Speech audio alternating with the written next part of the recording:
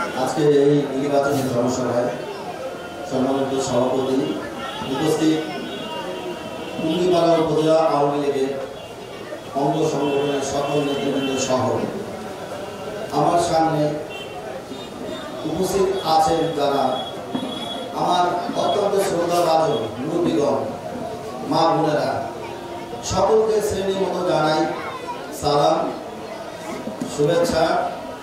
হিন্দু সম্প্রদায়কে জানাই নমস্কার। প্রিয় এলাকাবাসী, আপনারা জানেন 8ই মে টুঙ্গিপাড়া উপজেলার নির্বাচন অনুষ্ঠিত হতে যাচ্ছে। টুঙ্গিপাড়া হলো এমন একটি উপজেলা যে উপজেলাকে বাংলাদেশের 64টি গ্রাম, 64টি জেলা সকলেই তাকিয়ে থাকে এই উপজেলার দিকে। এই উপজেলার যারা নেতৃত্ব দেয় এবং যারা নেতৃত্ব দেওয়ার জন্য নির্বাচনে প্রতিনিধিত্ব করেন তাদের অবশ্যই সারা বাংলাদেশের মানুষের সাথে একটা নিবিড় সম্পর্ক থাকে এবং সকলের সাথে যে একটা নরম বিনয়ী ভাষায় ব্যবহার করতে পারে, আমরা ওই মানুষকে এবারে নির্বাচনে প্রার্থী হিসাবে পেয়েছি। প্রিয় ভাই বোনেরা, আপনারা দেখেছেন 2019 সালের নির্বাচনে আমি এবং আমার চাচা মরহুম শেখ আহমদ হোসেন মির্জা চাচা, আমরা দুজনেই বাবুল ভাইয়ের বিরোধিতা করেছিলাম। আজকে যদি আমার চাচা জীবিত থাকতো, আমার মনে হয় এই মঞ্চে আমরা অবশ্যই তাকে পেতাম। আপনারা দেখেছেন উন্নয়ন কাকে বলে, আপনাদের দেখিয়ে দিয়ে গেছেন জনাব শেখ আহমদ হোসেন মির্জা। 50 বছরও তার নাম এই টুঙ্গিপাড়াবাসী কখনো হৃদয় থেকে ভুলতে পারবে না। অনুরূপ ভাবে আমি বলতে পারি, আপনাদের সামনে কথা বলতে পারি, এই বাবুল ভাই নামও এই উপজেলাবাসী ভুলতে পারবে না। আপনারা এখন তো ডিজিটাল যুগ। আমি এই 30টি রোজা করার পরে আসলে গভীর রাত ছাড়া কেন জানি আমার ঘুম আসে না। আমি গত রাতে ইউটিউবে ঢুকে আপনারা যে বক্তব্য দেন, অনেক সময় মানে সকলের বক্তব্য কম বেশি আমি শুনি এবং বোঝার চেষ্টা করি। আমি দেখেছি আমার প্রিয় বন্ধু সাংবাদিক এক ভাই তার নবধারায় একটি লোকের ভাষণ আপলোড করেছে। এ যেন বাংলার এক অরাজকতার বাড়ি। আমরা তো চাই সভ্য সন্তোষ গ্রাম। এই গ্রামকে কেউ অশান্তিতে রূপান্তরিত করতে পারবে না। কোন রস্তম কেরালের উত্থান এই গ্রামে জননীতি শেখ হাসিনা হতে দেয়। আমি বলতে পারি, আপনারা জানেন প্রবাদ বাক্য আছে, একজন ভালো মানুষ ভোরবেলা মসজিদে আজান দেওয়ার জন্য ওযু করতেছেন, আর একজন চোর, উনিও ভোরবেলা ওই একই কাজ করতেছেন। এখন ওই পাড়ার লোক উনি বলতেছে, দেখছো কত বড় চোর, আর উনি জিজ্ঞেস উনি মনে মনে ভাবতেছে আপনার কত বড় ফরেজগার। তো যার যার ভাষা তার তার কাছে। আপনারা আসেন 2 দিনের জন্য টুঙ্গিপাড়ায় বড় বড় লেকচার দেন, আপনারা বলেন যে আমি অমুক মানুষের উপকার করছি, আর আপনি একজন মানুষে দেখান যে না আপনার দ্বারা একজন মানুষ উপকৃত হয়েছে। উপকৃত হয়ে এই শেখ আকরামের বংশের লোক, শেখ আহমদ হোসেন মির্জার ঘরের লোকজন এই গ্রামের মানুষের উপকার করেছে, যেটি কখনো কেউ ভুলতে পারবে না।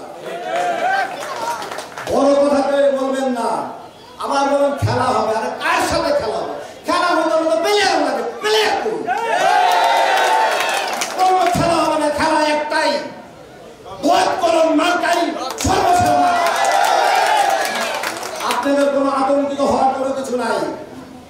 এই জনসভায় আমি দেখেছি বাবুল ভাইয়ের যত নেতাকর্মী আছে কেউ একটিও কারো বিরুদ্ধে এবং স্বয়ং প্রার্থী মাসুদ ভাইয়ের বিরুদ্ধেও কখনো উৎসাহনা করেন না।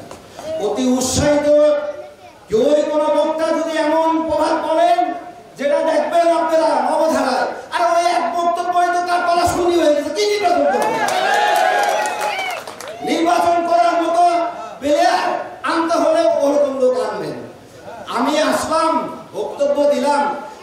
মানুষের ক্ষতি করে গেলাম, আর বক্তব্য দিতে হলে বক্তব্যের ওয়ার্ড জানতে হবে। আপনি বলেছেন শিক্ষাগত যোগ্যতা, আসলে শিক্ষাগত যোগ্যতা দিয়ে হ্যাঁ অনেক সময় অনেক কিছু হয়। আমাদের শুকুর ভাইকে আপনারা চেনেন, শুকুর ভাই তো কোনো ইউনিভার্সিটি থেকে অনার্স মাস্টার্স কমপ্লিট করেনি। কই, শুকুর ভাই তো অনেক শিক্ষিত লোকের মাথা খায়, তার সামনে দাঁড়িয়ে কথা বলার মতো আমরা ইউনিভার্সিটিতে রাজনীতি যখন করেছি, কমিউনিস্ট পার্টি যারা ছিল মানে বাম সংগঠন, আমরা ছাত্রলীগের প্রায় 300-400 ছেলে মেয়ে বক্তব্য দিতাম, মিছিল দিতাম।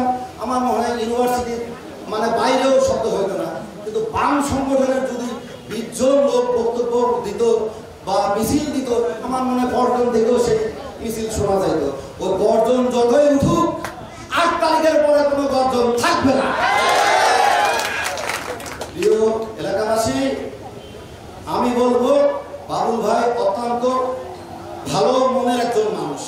সে যাকে কথা দেয়, সে যাকে বুক দেয়, তাকে পিঠ দেয়। নির্বাচনে আসলে একজনের পায়ে ধরে পুলসরত পার হওয়ার পরে পরের দিন আবার তার ক্ষতি করবে, এমন লোক বাবুল ভাই না। আপনারা স্বতঃস্ফূর্তভাবে 8 তারিখে ভোট দিবেন এবং আপনাদের যত আত্মীয় স্বজন আছে তাদেরকে বাবুল ভাইয়ের জন্য তাদের সবার কাছে বাবুল ভাইয়ের সালাম পৌঁছায় দেবেন। আরেকটি কথা বলি, কাউকে ইজ্জত দিলে কখনো সে ছোট হয়ে যায় না। আমি আমার শ্রদ্ধেয় নেতা জনাব হেলালুদ্দিন এমপি ভাইকে দেখেছি, বাবুল ভাইকে সে কখনো বাবুল ভাই ছাড়া বাবুল ভাই বাবুল বলে ডাকে নেয়। আর এইটাই তো নেতার মহত্ব। একজন মানুষ বড় হয় তার গুণেই বড় হয়। ওই এসে ক্যাডারের মতো কিছু বলে গেলাম, এইটা ক্ষণিকে, হ্যাঁ এটা মানুষ ঘৃণা করে, হয়তো আপনি সামনে কেউ বলতে পারে না, পিছনে সবাই আপনার সমালোচনা করে। আপনাদের বলবো ভয় ভ্রান্তির কোনো কিছু নাই। আমাদের নেতৃবৃন্দ সকলেই বাবুল ভাইয়ের সঙ্গে আছে, আপনারাও আছেন।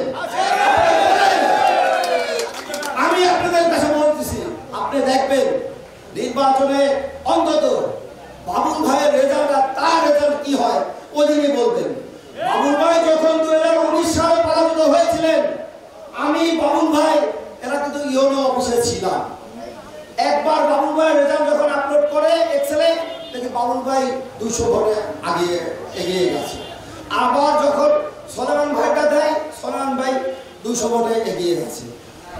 হাড্ডাহাড্ডি লড়াই, সেইখানে হয়তো অল্প কিছু ব্যবধানে বাবুল ভাই পরাজিত হয়েছিল, কিন্তু পরাজিত হয়ে উনিও কিন্তু রক্তক্ষয়ী সংঘর্ষ ঘটাইতে পারত, কিন্তু বাবুল ভাই নীরবে পরাজয় মেনে নিয়ে সুন্দর সুন্দর সবাইকে নিয়ে তার এলাকায় চলে গিয়েছে।